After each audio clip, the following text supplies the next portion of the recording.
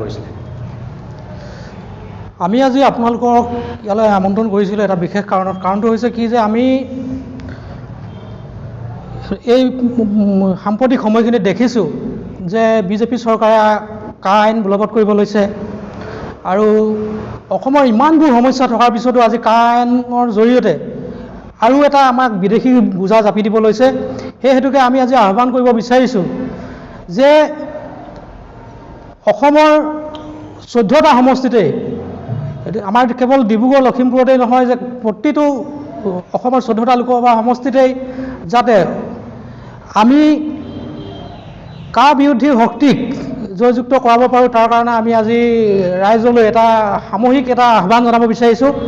যিহেতুকে অসমত বিভিন্নখিনি সমস্যা আছে, যিখিনি সমস্যা কোনো ধৰণৰ সমাধান হোৱা নাই, যেনেকৈ স্বৰ জনগোষ্ঠীৰ জনজাতিকৰণ বিষয়বোৰ, বান গৰাখহনীয়া বিষয়বোৰ আছে, বা মূল্য বৃদ্ধি বুলিয়ে কওক, বা অন্যান্য ধৰণৰ গোটেই সমস্যাই ভৰপূৰ এখন ৰাজ্য ইয়াতে অসমখন। আৰু এই অসমখনৰ ইমানবোৰ সমস্যা থকাৰ পিছত আজি চাহ জনগোষ্ঠীয় বাগানৰ যিবোৰ সমস্যা, এই গোটেই সমস্যাবোৰ থকাৰ পিছত আজি আকৌ এটা সমস্যা আমাৰ ওপৰত জাপি দিব লৈছে। এইটো হৈছে কি, এই কা আইনৰ জৰিয়তে বিদেশী এইখিনি জাপি দিব লৈছে।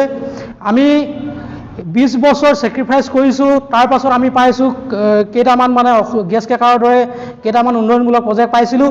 কিন্তু আজি আকৌ বিজেপি চৰকাৰে পুনৰবাৰ আমাক কৰিব বিচাৰিছে, মানে বিদেশী বোজা জাপি দি আমাক অসমীয়া জাতিটো কোঙা কৰিব বিচাৰিছে। আজি অসমীয়া এনেই সংখ্যালঘু হ'বলৈ গৈ আছে। আজি বহুকেইটা অসমীয়া জাতিও আচলতে অসমীয়া বুলি চিনাকি দিবলৈ টান পোৱা এটা হেৰি হৈ আছেই। তাৰ পাছতো আজি বোলে ইয়াতে বিদেশী আনি কেনেধৰণে কি আইডিঅলজিয়ে তেখেতসকলে আমাক সুৰক্ষা দিব বিচাৰিছে, এই কথাটো কিন্তু আমি বুজি পোৱা নাই আচলতে। আজি বোলে হিন্দী ভাষীয়ে হওক বা বাংলাদেশৰ কোনোবাই হওক, যিকোনো ধৰ্মৰ মানুহ নহওক, তেখেতসকলে অহাৰ পিছত অসমীয়া জাতিটো কেনেকৈ সুৰক্ষিত হ'ব? আজি বোলে সৰ্বানন্দ সোণোৱালৰ ডিব্ৰুগড়ৰ যিমানখিনি মাটি বাৰী সেইখিনিত সংস্থাপিত কৰিব নেকি? বোলে আজি আমাৰ ইয়াতে কোনো বিজেপি নেতাৰ কোনোবা খেতি মাটিত খেতি কৰি খাব দিব নেকি? বা আজি তিনিচুকীয়াৰ কোনোবা এইখিনি মানুহৰ ব্যৱসায়খিনি কৰিব দিব নেকি সেই মানুহখিনিক? আজি এনেই নিবনুৱা ইমান সমস্যা বাঢ়িছে। আজি চৰকাৰী লিষ্টতে হাজাৰ হাজাৰ লাখ লাখ নিবনুৱাৰ কথা উল্লেখ আছে চৰকাৰী তথ্যতেই।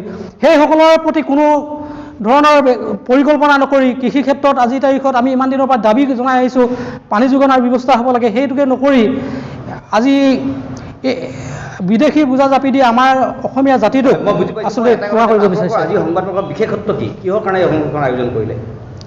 সংবাদমেলখনৰ বিশেষত্বটোৱে হৈছে যে কা বিৰোধী শক্তিক আমি এইবাৰ লোকসভালৈ আমি নিৰ্বাচিত কৰিবলৈ আমি সামূহিকভাৱে গোটেই তিনিচুকীয়াবাসীৰ লগতে লখিমপুৰ ডিব্ৰুগড়কে আদি কৰি গোটেই অসমবাসীলৈ এটা আহ্বান জনাব বিচাৰিছোঁ। কেনেধৰণৰ পদক্ষেপ লৈছে আপোনালোকৰ? আমি পদক্ষেপ লৈছোঁ, আমি ইতিমধ্যে গাঁৱে গাঁৱে সোমাব বিচাৰিছোঁ। যিহেতুকে ৰাজপথৰ আন্দোলনো আমি কৰিছোঁ, বহু সময়ত কৰি আছোঁ। আৰু ৰাজপথৰ আন্দোলনেই পৰ্যাপ্ত নহয়, ৰাজপথৰ আন্দোলনৰ সমানে সমানে আমি প্ৰতিজন মানুহৰ চোতাললৈ যাবলৈ চেষ্টা কৰিছোঁ। আৰু চোতালত গৈ আমি ক'ম যে যিকোনো মানে পৰ্যায়ত বা যিকোনো পৰিৱেশত বা যিকোনো মূল্যৰ বিনিময়ত আমি এই কা বিৰোধী শক্তিক এইবাৰ জয়ী কৰিবলৈ অনুৰোধ জনাম। সাংবাদিক বন্ধুসকল, আপোনালোকে ইতিমধ্যে গম পাইছেই আগন্তুক লোকসভা ইলেকশ্যন আহি আছে। আমি যিহেতু কৃষকমুক্তিয়ে ধাৰাবাহিক ৰাজপথৰ সংগ্ৰাম আমি কৰি আছিলোঁ কেৱৰ পৰা কাৰ বিৰোধলৈকে, কিন্তু পৰৱৰ্তী পৰ্যায়ত চৰকাৰে সংখ্যাৰ জোৰত কা আইন জাপি দিলে। এতিয়া আমি সেইকাৰণে সমগ্ৰ অসমবাসী ৰাইজ লগতে ডিব্ৰুগড় লোকসভা, লখিমপুৰ লোকসভা জুৰি আমি তিনিচুকীয়া জিলাৰ পৰা সন্মানীয় গণতান্ত্ৰিক আৰু প্ৰগতিশীল ব্যক্তিসকলক আমি অনুৰোধ কৰিছোঁ যাতে আপোনালোকে এইবাৰ কাৰ বিৰোধী শক্তিক আপোনালোকে জিকাই নি সংসদলৈ আপোনালোকে প্ৰতিষ্ঠা কৰক। পৰৱৰ্তী পৰ্যায়ত আমি এখন গণতান্ত্ৰিক দেশত থকাৰ যি আমাৰ সুযোগ সুবিধা আছে সেইখিনি যাতে আমি অটুট ৰাখিব পাৰোঁ, সেই মূল উদ্দেশ্য লৈ পিনে আমি আজি এই সংবাদমেলখন দিছোঁ। আৰু আমি কৃষকমুক্তি সংগ্ৰাম সমিতিয়ে এইবাৰ সেইবাবে আমি সংসদলৈ যোৱাৰ ক্ষেত্ৰত যিসকল কাৰ বিৰোধী শক্তি এবাৰ নিৰ্বাচনত অংশগ্ৰহণ কৰিছে, আমি যিমান পাৰোঁ তেওঁলোকৰ কাৰণে আমি ৰাজপথৰ পৰা আমি গাঁৱৰ বিভিন্ন অঞ্চললৈ গৈ পিনে আমি ৰাইজক আমি সজাগ আৰু সচেতনতা কৰি পিনে আমি এবাৰ জয়যুক্ত কৰাবলৈ আমি চেষ্টা কৰিম। এইখিনিয়ে মূল কথা লৈ পিনে আজি আমি সময় লৈছিলোঁ। ধন্যবাদ। কেনেধৰণৰ পদক্ষেপ লৈছে তাৰ কাৰণে? আমাৰ এখন গোহাৰি আছে, সেই গোহাৰিখনৰ যোগেদি আমি কথাবিলাক তাত ৰাখিছোঁ। কিয় এই চৰকাৰখন আমাৰ কাৰণে অতি ভয়ানক। আপোনালোকে জ্ঞাত, এই চৰকাৰখনৰ কথা কৈ আমি শেষ কৰিব নোৱাৰিম। এই 10 বছৰ কাৰ্যকালত তেওঁলোকে যিমানবোৰ প্ৰতিশ্ৰুতি দিছিল, তেওঁলোকে আখৰে আখৰে পালন কৰাৰ কথা যি ধৰণে কৈছিল, তাৰ এটাও তিলমাত্ৰও কৰিব নোৱাৰিলে। সকলো প্ৰতিশ্ৰুতি তেওঁলোকে আধাত ৰৈ গৈছে। আধা কিছুমান কাম নহ'লেই, বিশেষকৈ অসমৰ ক্ষেত্ৰত তেওঁলোকে যি মূল প্ৰতিশ্ৰুতি দিছিল, বিদেশী বহিষ্কাৰ কৰা, সেইটোতো তিলমানো নহ'ল। আপোনালোকে জানেই, তাৰ বদলি কা আনি পিনে আপোনালোকৰ বা গোটেই ভাৰতৰ বা গোটেই অসমৰ প্ৰতিজন মানুহে জ্ঞাত, এতিয়া কোটি কোটি বিদেশী ইয়াত সংস্থাপন দিয়াৰ কথাই তেওঁলোকে প্ৰতিষ্ঠা কৰি দিলে। এতিয়া আৰু